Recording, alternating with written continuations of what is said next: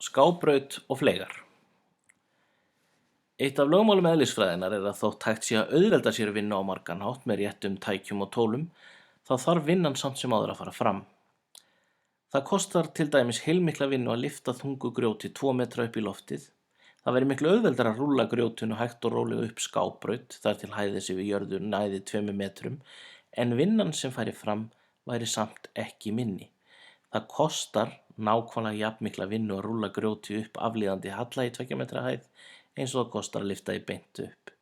Og raunar er líklegt að það myndi kosta aðeins meiri vinnu að rúlla því upp hallan því að þá þyrftum við að reikna með viðnámi frá brautinni sjálfri.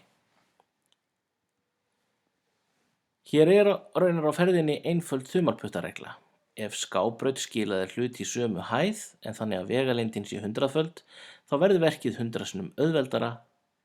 Þú beitir mun minni krafti en þar sem þú beitir honum yfir lengri vegalengd verður vinnan á endanum sú sama. Ef þú tífaldar vegalengdina með skábraut verður verkið 10 sinnum auðveldara, ef þú tvöfaldar vegalengdina þá verður verkið 2-falt auðveldara en tekur lengri tíma og svo framvegis. Og í þessu dæmi á myndinni sjáum við annars vegar vinnu þar sem að 100 newtonum er beitt upp 2 metra og skilar vinnu upp á 200 júl og hins vegar vinnu þar sem 1 newton er beitt yfir 200 metra sem skilar líka 200 júl í vinnu. Mikið af vélum og tækni snýst nákvæmlega þetta, finna einhverja leiðir til að auðvelda manni vinnuna, en í staðinn fyrir að þarf maður alltaf að leggja á sig aukinn tíma og eða vegalengd. Skábrautin sem slík birtist með einum eða öðrum hætti í fjölmörgum vélum, yfirleitt sem fleygur. Fleyga má finna á ótrúlegustu stöðum.